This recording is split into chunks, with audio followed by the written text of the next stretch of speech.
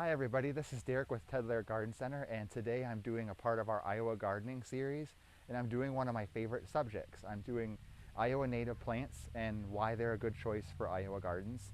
And then I also wanted to explain that we have a couple different native plants. I think I'm going to start there.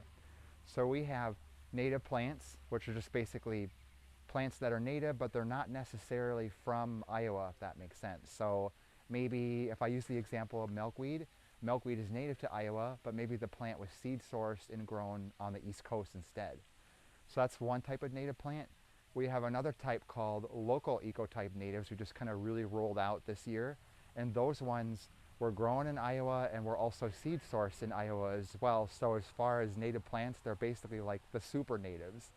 So very great choice, and sometimes it's better to have the local ecotype natives because I'm going to use the milkweed as an example again, because sometimes when they're from an area that has winters that warm up a little bit slower than ours, the milkweed comes up later and makes it very prone to an insect called milkweed weevil, which is very devastating to that particular plant.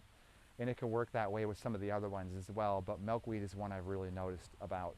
But the one that is local ecotype grows faster when our summers heat up very quickly, and it avoids that problem because the growth becomes more harder earlier, if that makes sense.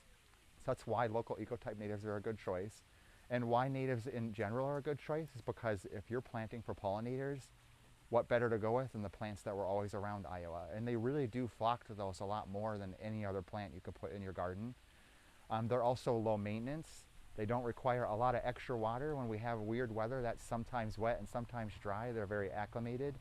They're maintenance free. You don't have to deadhead them to produce blooms. And they're just a really great plant.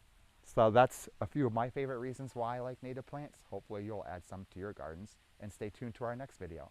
See ya.